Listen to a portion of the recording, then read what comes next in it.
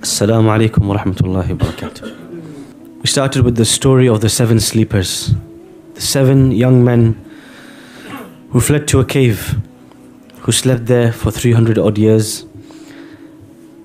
And after telling us the beginning of the story, Allah subhanahu wa ta'ala points out one of the biggest mistakes that we make when we read stories of the Quran. Allah says, some people will say there were 3 and the 4th was their dog. Some will say there were 5 in number, the 6th was their dog. And some will say there were 7 in number. This detail is not something worth discussing when there are bigger lessons at play. Don't miss, Allah says, don't miss the big picture and hang on to the small details. We have a saying in the village where I'm from in South India. My father used to tell me that we have people, when they're going to buy the bull, because they used to travel, sit on bulls to travel back in the day. They go to buy the bull, they pay a large amount. But when it comes to buying the whip, they try to save pennies on the whip. We are like that. We miss the big picture and we give excessive focus on smaller details that don't have that much importance. The central lesson in this surah is going to come after this. But first Allah tells us, stop discussing the little stuff. Stop paying so much attention to the details that don't matter. If we take salah as an example, how much debate goes on about raf'ul yadayn, about raising your hands in salah, not raising your hands, the placement of the hands. Whatever is a valid disagreement between the scholars, this is to one side. But how much discussion goes in the center of salah, the markaziyya of salah, which is al-khushu'. This makes a difference between a salah that is accepted to Allah and closer to Allah, and a salah which is the salah of a hypocrite. Whereas if I place my hands here or here or here, my salah is accepted by Allah. So we end up focusing and debating on the small stuff, and we forget the main point. We forget the central concept Allah wants us to take. This is the nature of Bani Adam. Allah subhanahu wa ta'ala says here, Rajman bil ghayb. Don't throw stones in the dark. You know what is throwing stones in the dark? If this is a dark room and I have to hit a target, and I try to hit the target, I'm going to miss because there's no light. I don't know what I'm talking about. I don't know where I'm throwing.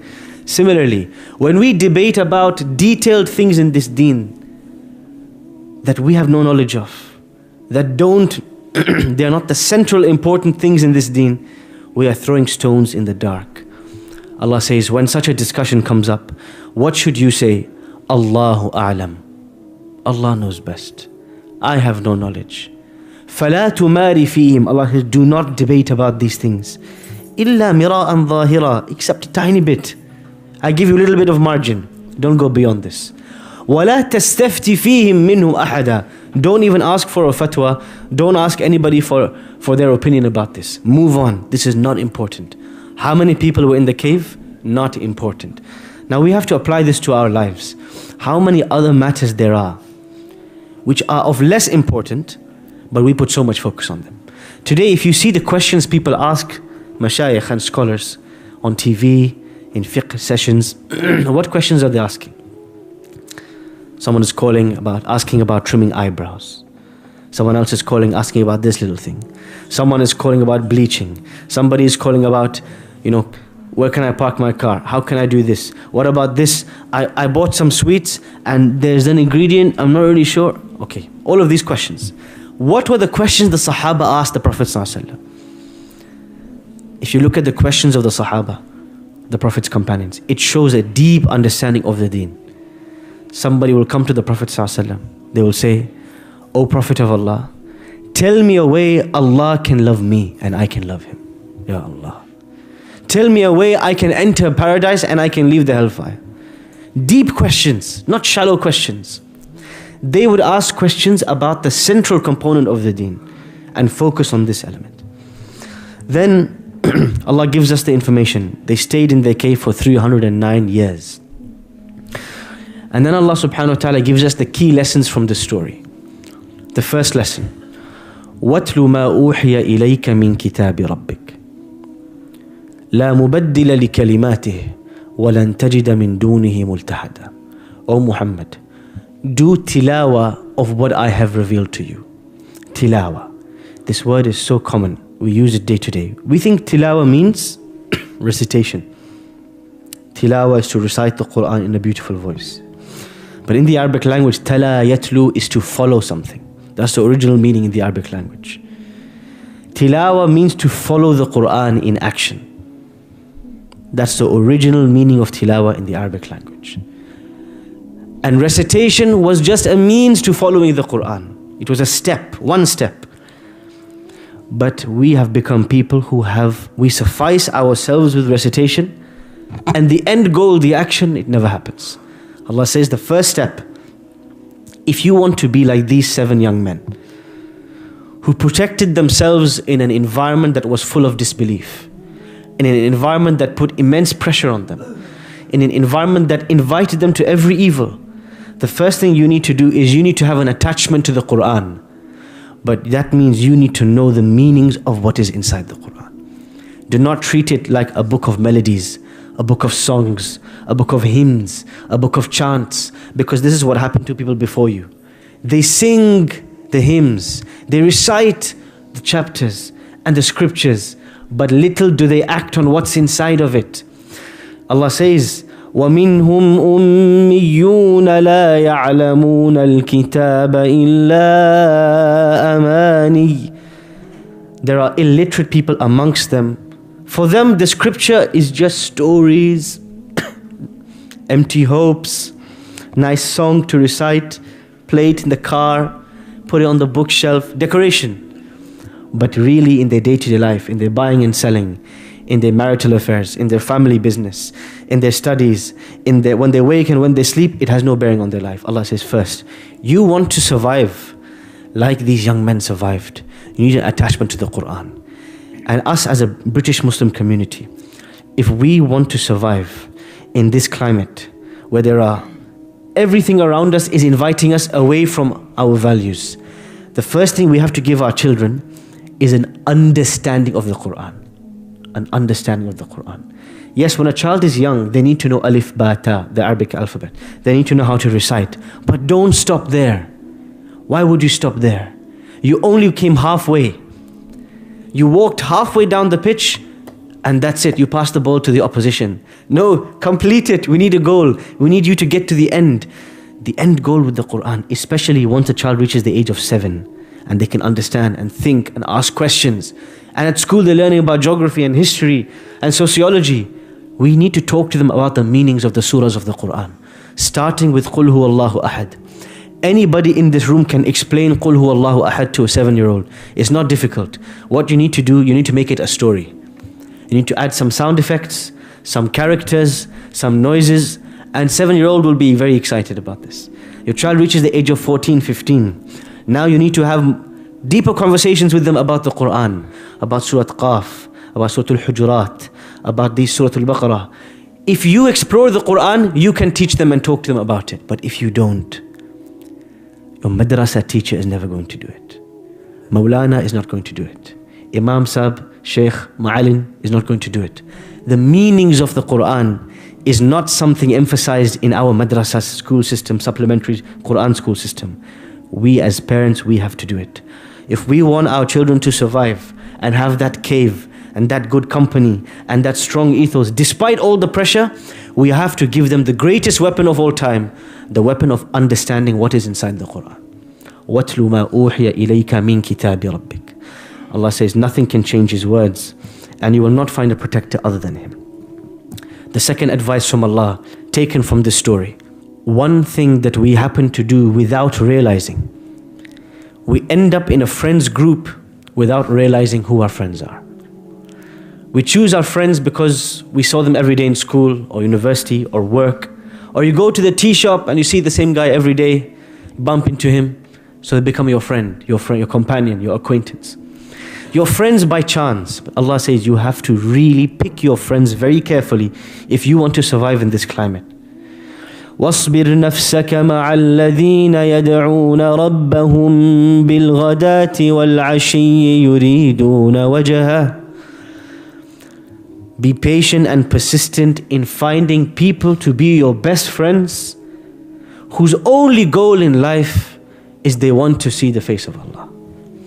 Find these people. Send out a search party. Go knock on the doors. When you find such people, make them your closest friends. وَلَا تَعْدُ عَيْنَاكَ عَنْهُمْ تُرِيدُ زِينَةَ الْحَيَاةِ الدُّنْيَا. Allah says, don't even look away from them. Keep looking at them. Because there's so many things that are distracting you today, from your phone to the billboards, to gossip. Allah says, don't get distracted. Stay with your good company and have common goals that you work towards.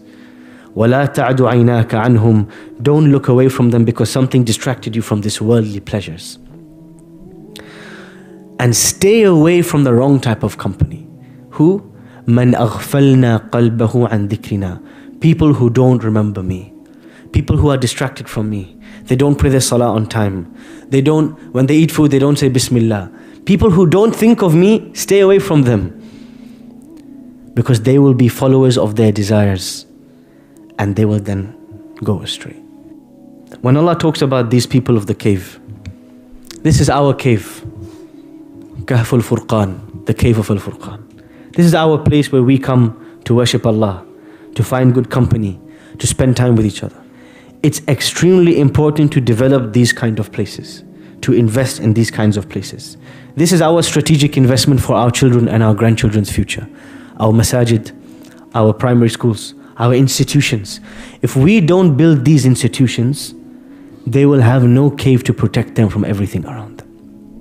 Today, one of the most important institutions that we have to invest in, I hope somebody here invests in it, is Islamic primary schools in the south of Manchester. There are only 2 or 3 Islamic primary schools in the south of Manchester. And there are plenty of Muslim children. And we don't agree with everything being taught in every public curriculum in the world. We need healthy alternatives. But for that, we need people who are going to invest, people who are going to work, people with ambition, people with goals. One of us here needs to say, Ana laha, I'm going to do it. I'm not asking you to say it now, but I want you to think about it. This cave that protected these 7 people from all the disbelief around them. We have 70,000 young Muslims in the south of Manchester. Who's going to protect them? Where's their cave? We need to build the cave. We need to build the cave. Nobody else is going to do it. When Allah talks about these young men and the efforts they made to protect themselves and the unity that they had and the time they spent together, Allah mentions 2 of His names. مَا لَهُم مِّن دُونِهِ مِن وَلِيٍّ. This name of Allah is very important for us to pause on. Al-Wali. Al-Wali is a protective guardian. Someone who is protecting you, you don't even realize it. You know, when you see a prime minister walking, what do they have around them? Usually? Yeah, bodyguards, big bodyguards. But you can see them, they're there to terrify you, so you stay away. There are some people walking and their bodyguards are hiding, watching them from afar, protecting them from vans, someone with a sniper on top of a building somewhere, making sure nobody comes near this person. These are hidden walis, protecting, looking after, watching out for these people. There's a very important point what Allah subhanahu wa ta'ala is making here. Despite all the challenges around you, if you commit yourself to Allah, to your salah, to your family, to closest to Allah, you will not realize it and He will be protecting you. Do you think Yusuf alayhi salam was sat in a dark well? Do you think he realized Allah was planning for him to be in the palace? Do you think Musa alayhi salam, while running away in the desert, in the hot heat of the desert, barefoot, do you think he realized Allah was planning to give him a job and a wife and bring him back as the Prophet of Allah? Allah is Al-Wali. When you have no helpers, when you have no protectors, when you are alone and you find yourself with nobody to turn to Al-Wali. Allah says in the Quran, إِنَّ وَلِيِّيَ اللَّهُ الَّذِي نَزَّلَ الْكِتَابَ بِالْحَقِّ وَهُوَ يَتَوَلَّى الصَّالِحِينَ. O Muhammad sallallahu alaihi wasallam, say, my closest protector, My secret hiding guardian is Allah. My wali is Allah. He is the one who sent this book with truth, and He protects the salihin, the righteous. You want the bodyguard unit? You want the special protection from Allah? You just have one thing to do. Be from the salihin. Try to be of the righteous, and you will have a special force field around you. Somebody will throw a brick and it will just go past your head. There will be a major accident on the motorway. A lorry will smash into 4 cars and it will just miss your car. Your child will cross the road and a car will miss your child by a narrow feather. Your whole department will be made redundant. They will lose their jobs except you. What is this? This is the wali Allah. This is Allah, your protector, looking after you when everybody is against you.